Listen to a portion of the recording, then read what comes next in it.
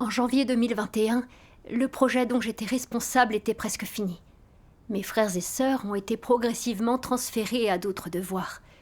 Et il n'est resté que quelques partenaires et moi pour finaliser le travail.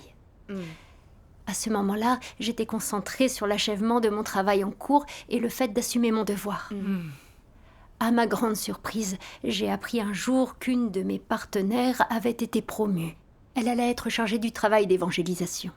Je dois avouer que ça m'a perturbée et rendue un peu amère. Pourquoi n'avais-je pas été promue dirigeante ? Ne pouvais-je pas servir comme dirigeante ou superviseuse, moi aussi ? Mais alors j'ai pensé, elle a peut-être été promue avant moi parce que c'est une ouvrière plus compétente. De toute manière, mon travail n'est pas encore fini, et mes partenaires poursuivent aussi leurs devoirs ici. On nous arrangera sûrement de nouveaux devoirs quand le travail sera terminé. Mais peu après, mes 3 autres partenaires ont aussi été promues superviseuses, et plus tard, certaines d'entre elles ont été élues dirigeantes d'église. J'ai été encore plus mal à l'aise quand j'ai appris cette nouvelle. J'ai dû rester à mon poste alors qu'elles avaient toutes été promues. Je devais me charger de tout ce sur quoi elles travaillaient. J'allais être responsable de l'ensemble du travail jusqu'à la fin. Je travaillais aussi dans l'équipe, alors pourquoi est-ce qu'elles étaient toutes promues à ma place ? J'étais vraiment aussi mauvaise que ça ? Mes frères et sœurs semblaient penser que mes partenaires valaient mieux que moi. De nous toutes, c'était moi qui m'en sortais le plus mal. Mes dirigeants pensaient-ils que je ne méritais pas d'être cultivée ? Avaient-ils des préjugés contre moi ? Je ne voulais pas faire le travail des autres. Je pensais que plus je le ferais, moins je pourrais m'occuper d'autres tâches. Quand j'aurais fini mon travail, mes partenaires auraient déjà pratiqué pendant un certain temps. Elles auraient déjà commencé à maîtriser certains principes, alors que je serais complètement novice. Si on me chargeait de prêcher l'Évangile ou d'abreuver des nouveaux venus, et qu'une de mes anciennes partenaires devenait ma superviseuse, il y aurait alors un fossé embarrassant entre nous. Plus j'y pensais, plus ça me contrariait. Quand on m'a demandé d'effectuer leurs tâches, je m'y suis donc opposée. Je ne voulais vraiment pas le faire. Pendant plus de 2 jours, je n'ai même pas essayé de faire ces tâches. Je ne me suis pas beaucoup souciée de mon propre travail. J'ai remis des choses à plus tard. Je ne me suis pas demandé quel problème devait être résolu, ni comment bien faire les choses. Même si je me disais que je devais obéir à l'environnement arrangé par Dieu, je me sentais passive, démotivée et indifférente. Je ne savais pas quoi dire quand je priais. Je ne lisais pas les paroles de Dieu de tout mon cœur. Tu t'es rendu compte que ça n'allait pas sur le coup ? J'en avais un peu conscience. Je me suis présentée devant Dieu et j'ai prié. Oh Dieu, je résiste au fait de me charger du travail de mes partenaires ces temps-ci. Je sais que mon état n'est pas bon. S'il te plaît, guide-moi pour que je puisse me connaître. Après avoir prié, j'ai lu un passage des paroles de Dieu qui m'a rendue plus consciente de mon état. Maintenant, vous accomplissez tous vos devoirs. Vous n'êtes pas contraints ou coincés par la famille, le mariage ou la richesse. Vous vous en êtes déjà extraits. Cependant, les notions, l'imagination, les connaissances et les intentions et les désirs personnels qui remplissent vos têtes restent inchangés. Donc, dès qu'il s'agit de réputation, de statut ou de ce qui vous donne de la visibilité, si par exemple vous entendez dire que la maison de Dieu prévoit de cultiver des talents, le cœur de chacun d'entre vous bondit d'anticipation et chacun de vous a toujours envie de se faire un nom. Tout le monde veut se battre pour le statut et la réputation. Et tout le monde en a honte, mais les gens se sentent coupables si jamais ils ne le font pas. Ils ressentent de la jalousie et de la haine quand quelqu'un sort du lot, éprouvent du ressentiment, trouvent que c'est injuste. Et pensent « Pourquoi ne puis-je pas me démarquer ? Pourquoi ce sont les autres qui récoltent la gloire ? Pourquoi n'est-ce jamais mon tour ?» Et quand ils éprouvent du ressentiment, ils essayent en vain de le réprimer. Ils prient Dieu et se sentent mieux pendant un moment. Mais face à ce genre de situation, ils n'arrivent pas à surmonter cela. N'est-ce pas le signe d'une stature immature ? Quand les gens sont plongés dans ces états, ne sont-ils pas tombés dans le piège de Satan ? Ce sont les chaînes de la nature corrompue de Satan qui lient les humains. Plus tu luttes, plus les ténèbres t'encerclent, et la jalousie et la haine dans ton cœur vont augmenter, et plus tu voudras acquérir. Plus ton désir d'acquérir sera ardent, moins tu seras capable de le faire, et ne pouvant acquérir, ta haine augmentera, et tu deviendras plus sombre à l'intérieur. Plus tu seras sombre, plus tu feras mal ton devoir, et tu seras moins utile à la maison de Dieu. C'est un cercle vicieux, tout est interconnecté. Si tu n'arrives pas à bien accomplir ton devoir, alors tu finiras par être banni. Amen. Amen. Amen. Ces paroles de Dieu révélaient mon état. Je résistais, j'étais aussi contrariée parce que mon désir de réputation et de statut n'était pas satisfait. Ce désir s'était éveillé quand j'avais vu mes partenaires être promus. J'avais espéré être promue aussi pour obtenir un statut et l'estime des gens. Mais quand elles l'ont été et pas moi, j'avais dû me charger du travail de mes partenaires. J'étais devenue jalouse d'elles et j'avais cru que les dirigeants avaient des préjugés contre moi ou me méprisaient. Quand je m'étais dit que j'étais la plus mauvaise aux yeux de mes dirigeants et que toutes mes partenaires avaient été promues superviseuses alors que je n'avais aucune position, j'avais été malheureuse et insatisfaite. J'avais passé ma colère sur mon travail. J'avais arrêté de me soucier de mes tâches et je n'avais plus mis mon cœur dans mon travail. Dieu détestait me voir dans cet état de rébellion. Je n'avais rien à dire en prière, je ne tirais aucun éclairage de sa parole et je devenais mauvaise dans mon devoir. Rivaliser pour le statut est un cercle vicieux qui mène aux ténèbres et j'y étais tombée. Oui. En y repensant, je me suis souvenu que je m'étais juré d'assumer mon devoir jusqu'à la toute fin. Mais dès que j'avais vu certains être promus et que mon désir de statut avait été frustré, je m'étais désintéressée de mon devoir. Mon désir de statut était trop grand. Je devais vite chercher la vérité pour résoudre mon état. Oui. Ensuite, j'ai lu un passage de la parole de Dieu sur la manière d'aborder le fait d'être promu et cultivé, qui a résolu mon état. Regardons une vidéo de sa lecture. D'accord.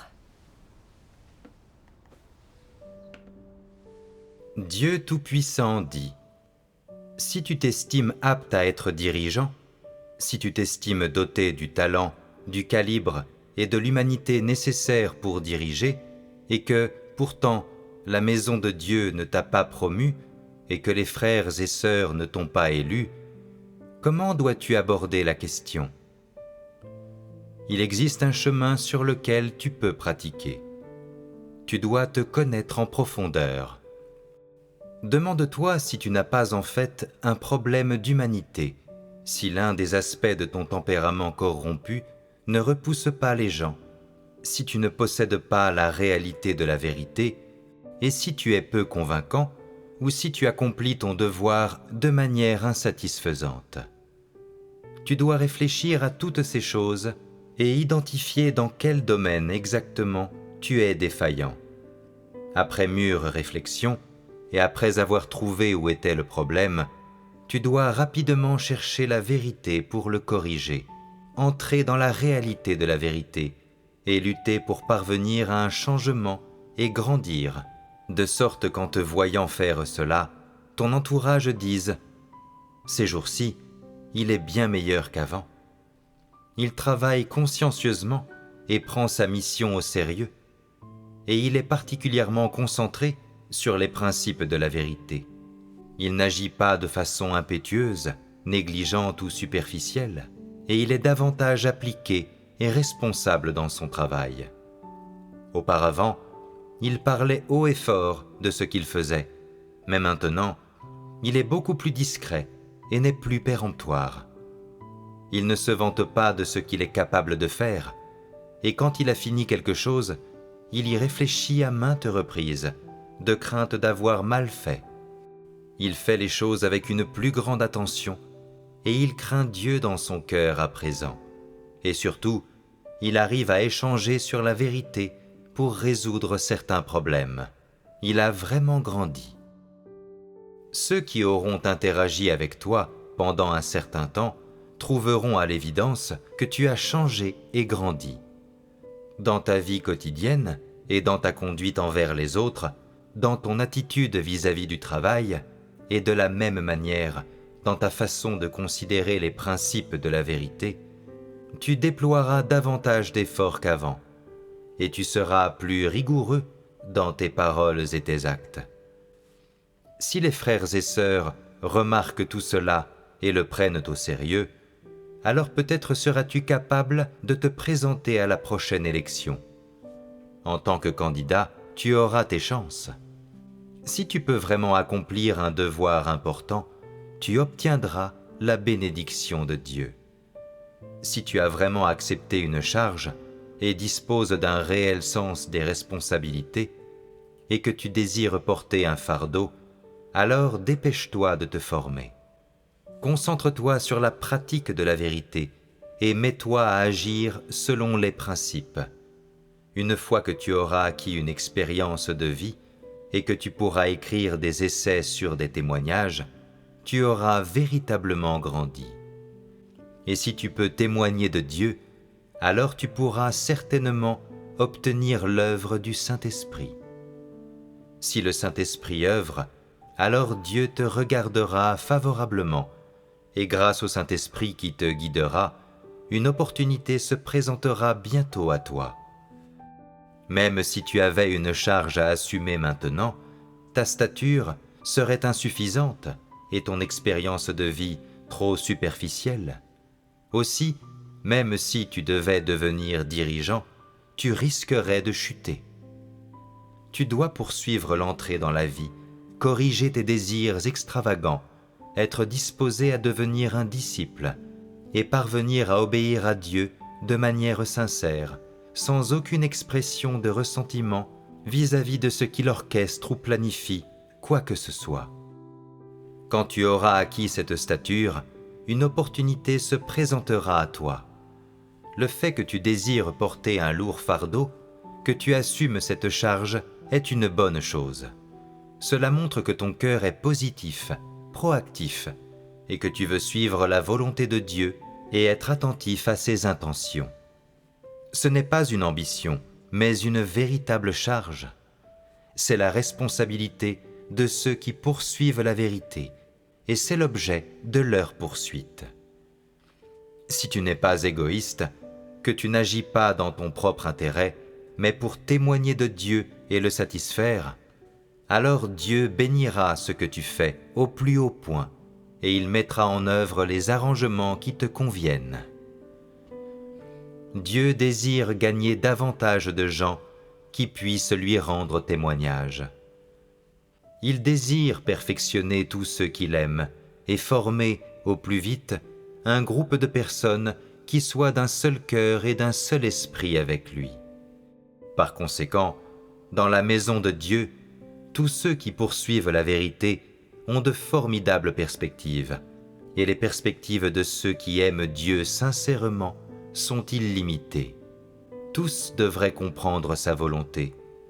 Avoir cette charge, c'est effectivement quelque chose de positif, et que devraient posséder ceux qui sont doués de conscience et de raison. Mais tous ne seront pas nécessairement capables d'assumer une lourde charge. D'où vient ce décalage ? Quelles que soient tes forces ou tes aptitudes et le niveau de ton QI, ce qui est fondamental, c'est ta poursuite et le chemin que tu suis. Amen. Amen. D'après ces paroles de Dieu, j'ai vu que le fait qu'on soit promu et cultivé dépendait de notre poursuite et de notre chemin. Si on cherche la vérité, qu'on porte un fardeau et qu'on a un certain calibre et du talent, alors la maison de Dieu nous donnera des opportunités et nous confiera des tâches importantes. Mais si les gens ne cherchent pas la vérité et prennent le mauvais chemin, même les dirigeants, ça ne durera pas. Il n'est pas approprié de promouvoir les gens comme ça. Oui. Oui. J'ai appliqué la parole de Dieu à moi-même. et compris que je ne me connaissais pas, que je ne connaissais pas ma vraie stature.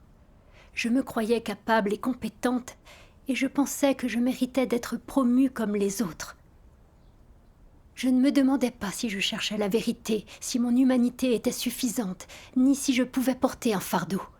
Au lieu de ça, je me comparais aux autres et je voulais être promue. En réalité, je ne me souciais pas de la volonté de Dieu. Je ne voulais pas prendre ma part et assumer mes responsabilités. Je voulais prouver que je ne valais pas moins que mes partenaires et obtenir un statut élevé pour m'afficher devant plus de gens et me faire admirer. J'accomplissais mon devoir avec mes ambitions et j'aurais poursuivi le statut si j'avais été dirigeante. Il aurait été impossible de bien faire mon devoir. C'est vrai. Le fait que je ne sois pas dirigeante me protégeait. J'ai aussi compris que quelqu'un qui avait une raison authentique quand il n'était pas promu arrivait à se satisfaire de bien faire son devoir. Il réfléchissait aussi sur ses lacunes, cherchait la vérité pour résoudre ses problèmes et s'efforçait de progresser et de changer. Oui. Se servir du fait de ne pas être promu comme d'une occasion pour réfléchir sur ses lacunes et en tirer des leçons est une bonne chose. Oui. En réfléchissant sur moi-même grâce à la parole de Dieu, j'ai vu que j'avais en réalité un calibre moyen et que je ne cherchais pas la vérité. Je me contentais de finir mes tâches quotidiennes et je ne me concentrais pas sur la résolution de ma corruption. Malgré des années de foi, j'avais encore l'esprit de compétition. Je m'inquiétais souvent de ma réputation et de mon statut. Et quand je n'avais pas de statut, je passais ma colère sur mon devoir et négligeais le travail. Je ne possédais aucune des réalités de la vérité, et pourtant je voulais être promue. Je ne me connaissais pas moi-même. Je savais que je ne devais plus poursuivre les promotions. À la place, je devais être obéissante et faire mon devoir de manière terre à terre. Voilà la raison que je devais posséder. Oui. Quand je l'ai compris, j'ai arrêté de broyer du noir et j'ai commencé à progresser normalement dans mon travail. Je me suis aussi demandé comment finir le travail de manière plus détaillée, plus soigneusement, pour le terminer sans regret. Bonne idée. J'ai aussi passé en revue les déviations du devoir, ses erreurs et ses bénéfices avec les autres. En pratiquant ainsi, je me suis sentie très à l'aise. Dieu soit loué. Après quelque temps, l'Église a arrangé pour moi que je supervise plusieurs églises. Cet arrangement m'a inspiré des sentiments mitigés. Je croyais que j'avais trop de lacunes et que je commencerais par abreuver des nouveaux venus. Mais l'Église me donnait une chance d'être cultivée en faisant de moi une superviseuse. J'avais mal compris et supposé que mes dirigeants avaient des préjugés contre moi et faisaient exprès de ne pas me promouvoir. En fait, ils avaient évalué les choses en se basant sur les principes selon les besoins de travail de l'Église. Je n'avais pensé ça qu'à cause de l'état de rivalité qui me rendait déraisonnable. Ça m'a vraiment embarrassée d'y penser. En pratiquant comme superviseuse, j'ai ressenti beaucoup de pression et j'ai voulu être bien équipée de la vérité pour bien accomplir mon devoir. Au cours des jours suivants, quand j'ai eu des problèmes, j'ai cherché des réponses avec les autres et j'ai consacré tout mon temps au travail de l'Église. Mais quelque temps plus tard, le travail des églises que je supervisais n'était pas très efficace. J'ai compris que j'avais de très nombreuses lacunes. Je me suis rendu compte que, même avec un statut, on ne pouvait pas bien travailler si la vérité nous faisait défaut. Alors j'ai encore plus eu honte d'avoir toujours voulu devenir une dirigeante. Pendant cette période, j'ai arrêté de chercher l'admiration des autres et j'ai voulu bien faire mon devoir. Comme j'avais une attitude plus terre à terre, j'ai cru que ma poursuite de la renommée et du statut avait un peu changé et que je pouvais bien accomplir mon devoir. Mais dans un autre environnement, j'ai été de nouveau révélée. En juin 2021, l'Église m'a confié un autre projet avec une grosse charge de travail et une date butoir proche. Nous avons rencontré énormément de difficultés, mais grâce au dur labeur de tout le monde, nous avons réussi à être efficaces après quelques mois et avons accompli 2 fois plus de choses que l'année précédente. Dieu soit loué. J'étais vraiment très fière de moi. Et j'avais l'impression que c'était en partie grâce à moi si nous avions obtenu de tels résultats. Alors je me suis dit qu'on penserait à moi s'il y avait quelqu'un à promouvoir. À mon grand étonnement, dans les jours suivants, j'ai appris que les dirigeants parlaient de promouvoir et de former des gens, et de temps à autre, j'ai entendu mentionner les noms de frères et sœurs que je connaissais. Cette nouvelle m'a rendue amère, et mon esprit a recommencé à s'agiter. Je me suis dit, on dirait qu'ils cherchent des gens à promouvoir et à cultiver, et qu'ils songent à n'importe quelle personne qui convient vaguement. J'ai été efficace dans mon devoir, alors pourquoi les dirigeants ne pensent-ils pas à me promouvoir s'il manque autant de personnel? M'ont-ils percé à jour et en ont-ils conclu que je ne cherchais pas la vérité, que je ne pouvais me charger que de tâches externes? Si c'était le cas, est-ce que j'aurais un jour l'occasion d'être promue et cultivée? Ces pensées m'ont beaucoup perturbée et l'avenir m'a paru bien sombre. J'ai eu l'impression que je ne progresserais jamais, malgré mes efforts dans ma poursuite. J'ai développé des préjugés contre les dirigeants. Parfois, quand ils me parlaient, je me contentais de les ignorer. J'en disais le moins possible, je n'aimais pas voir mes sœurs autour de moi. J'étais toujours renfrognée, je ne voulais pas parler. Et je voulais être seule tout le temps. J'ai arrêté de porter un fardeau dans mon devoir. J'avais l'impression que les dirigeants ne voyaient pas mes efforts et mon dévouement. Alors pourquoi me donner tant de mal? Il valait mieux en faire le minimum. Un jour, j'ai lu un passage de la parole de Dieu. Dieu Tout-Puissant dit, on peut dire qu'au fond d'eux-mêmes, les antéchrists croient que la foi en Dieu et la poursuite de la vérité sont la poursuite du statut et du prestige. La poursuite du statut et du prestige est aussi la poursuite de la vérité, et obtenir un statut et du prestige, c'est gagner la vérité et la vie. S'ils sentent qu'ils n'ont aucun prestige et aucun statut, que personne ne les admire, ne les vénère ni ne les suit, alors ils sont très frustrés. Ils croient qu'il n'y a aucun intérêt à croire en Dieu, aucune valeur à cela, et ils se disent « Une telle foi en Dieu, est-elle un échec? Est-ce sans espoir ?» Ils réfléchissent souvent à de telles choses dans leur cœur. Ils réfléchissent à la façon dont ils peuvent se tailler une place dans la maison de Dieu et avoir une haute réputation dans l'Église, afin que les gens écoutent quand ils parlent, les soutiennent quand ils agissent et les suivent partout où ils vont. Afin qu'ils aient une voix dans l'Église, une réputation, afin qu'ils jouissent davantage et aient un statut. Ils réfléchissent souvent à de telles choses. C'est là ce que ces gens poursuivent.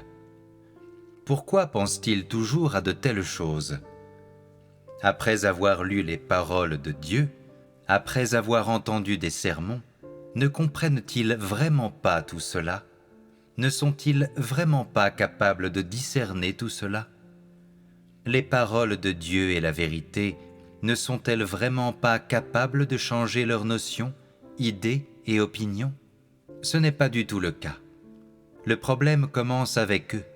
C'est entièrement parce qu'ils n'aiment pas la vérité, parce que, dans leur cœur, ils n'en peuvent plus de la vérité, et par conséquent, ils sont totalement insensibles à la vérité, ce qui est déterminé par leur nature et leur essence. Amen. Grâce à cette parole de Dieu, j'ai compris que les antéchrists chérissaient la renommée et le statut et que c'était le plus important pour eux. Quand ils n'en ont pas, ils trouvent fastidieux de croire en Dieu. Ils n'ont aucune sincérité dans leur foi en Dieu et leur devoir, et ils ne poursuivent pas la vérité. Au lieu de ça, ils agissent pour obtenir un statut et pour être admirés. Ça prouve que les tempéraments des antéchrists sont mauvais. Oui. J'ai songé que j'avais toujours voulu être promue et cultivée, et que je m'étais démotivée quand je ne l'avais pas été. Ma poursuite d'un statut était déjà hors de mon contrôle. Elle ressemblait à celle des antéchrists. Oui. À l'école, j'avais pris des idées comme « l'homme se débat vers le haut, l'eau coule vers le bas ». Un soldat qui ne rêve pas de devenir général est un mauvais soldat, et des toxines sataniques similaires pour des lois de survie. Et j'avais voulu avoir les meilleures notes. Si je n'étais pas la première, il fallait que je sois excellente, et que j'obtienne les louanges de mes camarades et de mes professeurs. Quand j'avais gagné la foi, je m'étais donné pour but de devenir dirigeante, me disant qu'un statut me permettrait d'avoir une place au sein de l'Église, d'affirmer ma présence, de me faire admirer par plus de gens et donnerait du poids à mes paroles. Du coup, quand le travail de l'Église avait requis du personnel et que les dirigeants n'avaient pas pensé à moi, j'étais devenue passive, je n'avais plus voulu accomplir mon devoir et j'avais pensé que je n'avais plus de but à poursuivre dans ma foi en Dieu. Je me suis rendu compte que cette poursuite était devenue ma vie. Chaque jour, elle contrôlait ma vie et toutes mes actions. Alors, quel que soit le groupe dans lequel j'étais, je voulais toujours être admirée par les autres et je détestais être laissée à la traîne. Quand les dirigeants m'appréciaient et me confiaient des tâches importantes, j'étais très satisfaite. Mais sans leur appréciation et sans promotion, je devenais négative et dépravée. Je négligeais mes devoirs, je m'en désintéressais et je voulais même laisser tomber. Je voyais clairement à présent que ma foi en Dieu n'était pas sincère, que je croyais pour le statut. Quand j'avais un statut, je poursuivais. Mais quand je n'en avais pas, je perdais ma direction et mes buts dans ma poursuite. J'ai vu que ma poursuite de renommée et de statut s'était enracinée en moi. Dans ce genre de situation, je devenais négative et faible. Je vivais dans un état de rébellion et je n'accomplissais pas mon devoir. J'ai subitement pris conscience que je serais en grand danger si je continuais comme ça. Oui. Après ça, j'ai lu dans la parole de Dieu certains chérissent vraiment le statut et le prestige. Ils y sont attachés et ne veulent pas y renoncer. Ils pensent que sans statut ni prestige, il n'y a aucune joie, aucun espoir dans la vie. Qu'il n'y a d'espoir qu'en vivant pour le statut et le prestige. Qu'ils continueront à se battre, ne serait-ce que pour avoir un peu de renommée, et qu'ils ne renonceront jamais. Si tu as ces pensées et ce point de vue, si ton cœur est rempli de telles idées, alors tu es incapable d'aimer et de poursuivre la vérité. Tu n'as pas la bonne orientation ni les bons objectifs dans ta foi en Dieu, et tu es incapable de poursuivre la connaissance de toi-même, de te débarrasser de la corruption et de vivre l'image de l'homme. Tu négliges des choses quand tu accomplis ton devoir, tu es dépourvu du sens des responsabilités. Tu te satisfais de ne pas faire le mal, poser problème ou être jeté dehors. Les gens comme ça, peuvent-ils respecter une norme dans leur devoir? Et peuvent-ils être sauvés par Dieu? Non, c'est impossible. Quand tu agis pour la réputation et le statut, tu penses encore « s'afficher n'est pas malfaisant, je fais mon devoir ». Tant que je ne fais pas de mauvaises actions, que je ne perturbe rien, alors, même si ma motivation est erronée, personne ne peut le voir ou me condamner. Tu ne sais pas que Dieu examine tout minutieusement. Si tu n'acceptes ou ne pratiques pas la vérité et que tu es détesté et rejeté par Dieu, tout est fini pour toi. Tous ceux qui ne craignent pas Dieu se croient intelligents. En fait, ils ne savent même pas quand ils l'offensent. Certains ne voient pas ces choses clairement. Ils pensent « Je ne poursuis la réputation que pour pouvoir en faire plus, pour avoir plus de responsabilités. » Ce n'est pas interrompre ou perturber le travail de la maison de Dieu. Et cela ne nuit assurément pas aux intérêts de sa maison. Ce n'est pas un problème grave. Dieu n'exige pas grand-chose et ne force pas les gens à faire ce qu'ils ne peuvent ou ne veulent pas faire. Je protège peut-être mon statut, mais ce n'est pas un acte malfaisant. En surface, cette poursuite peut sembler ne pas être un acte malfaisant. Mais à quoi mène-t-elle en fin de compte? Les gens comme ça, gagneront-ils la vérité ou le salut? Absolument pas. Par conséquent, poursuivre la réputation et le statut n'est pas le bon chemin. C'est même à l'opposé du chemin de la poursuite de la vérité. En résumé, quelle que soit la direction ou la cible de ta poursuite, si tu ne réfléchis pas à la poursuite du statut et du prestige, et si tu as beaucoup de mal à mettre ces choses de côté, alors elles affecteront ton entrée dans la vie. Tant que le statut aura une place dans ton cœur, cela contrôlera et influencera l'orientation de ta vie et les objectifs que tu cherches à atteindre. Auquel cas, il te sera très difficile d'entrer dans la réalité de la vérité ou de changer ton tempérament. Que tu puisses finalement gagner l'approbation de Dieu est bien entendu un autre sujet. De plus, si tu n'es jamais capable de mettre de côté ta poursuite du statut, cela affectera ta capacité à accomplir ton devoir de façon adéquate. Et il te sera donc très difficile de devenir une créature de Dieu acceptable. Pourquoi dis-je cela ? Dieu déteste plus que tout que des gens poursuivent le statut. Parce qu'il s'agit là d'un tempérament satanique, c'est un mauvais chemin. Cette poursuite est issue de la corruption de Satan, ce qui est fortement condamné par Dieu. Et c'est précisément ce que Dieu juge et purifie.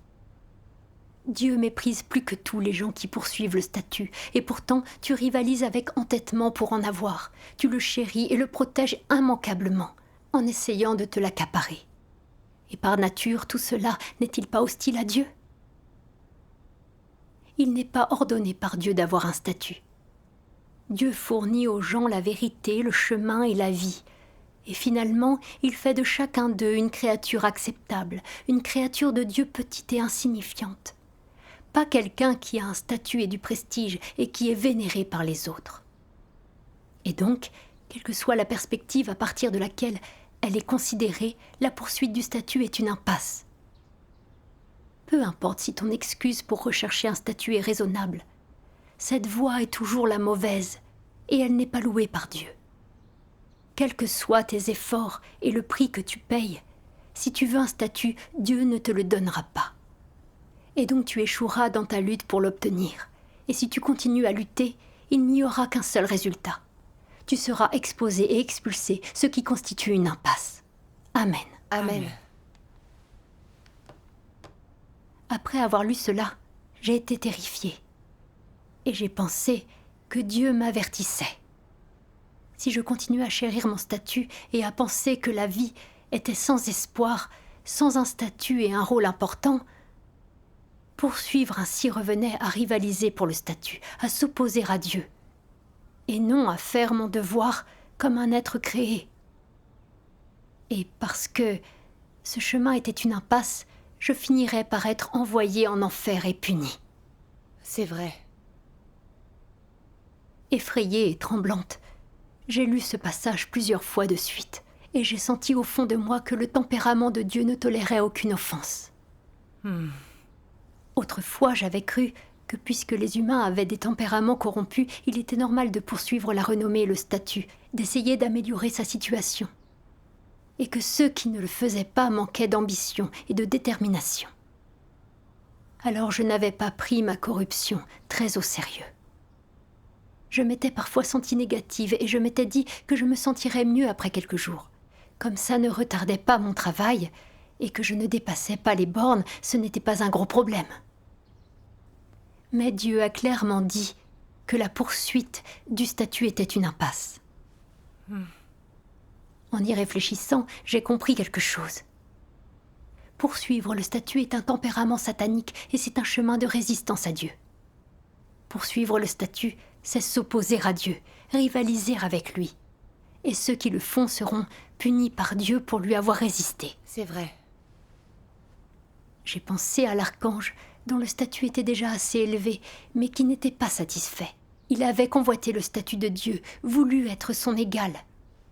Et finalement, Dieu l'avait projeté dans les airs. j'étais déjà responsable d'un certain travail dans l'Église.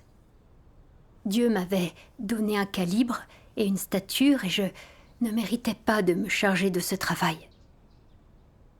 Malgré ça, je n'étais pas satisfaite. Je ne m'efforçais pas d'obtenir les meilleurs résultats dans mon propre devoir.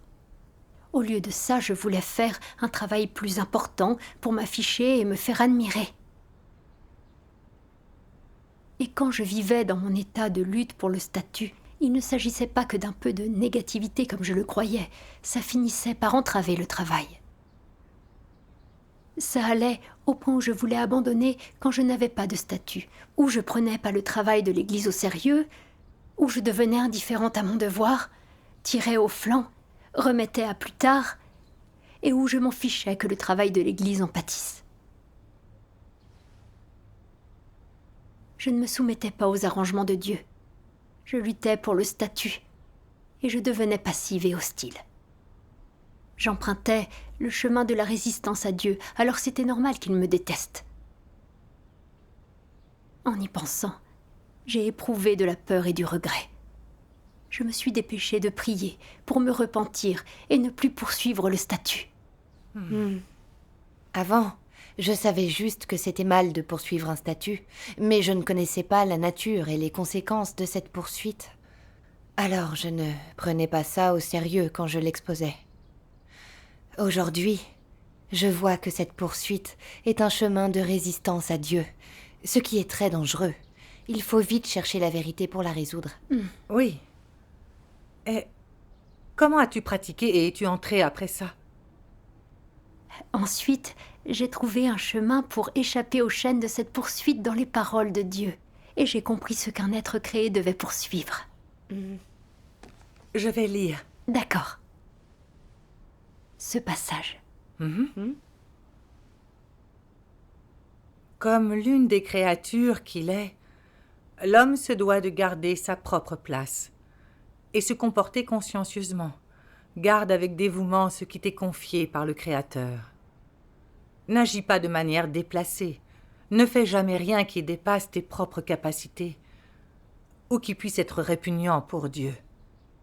N'essaie pas d'être grand, surhumain ou au-dessus des autres. Et ne cherche pas non plus à devenir Dieu. Ce n'est pas comme cela que les gens devraient désirer être. Chercher à devenir grand ou surhumain est vraiment absurde. Chercher à devenir Dieu est encore plus scandaleux. C'est vraiment dégoûtant et aussi méprisable. Ce qui est louable et ce à quoi les créatures devraient tenir plus que toute autre chose, c'est de devenir une véritable créature. C'est le seul objectif que tout le monde devrait poursuivre. Amen. Amen.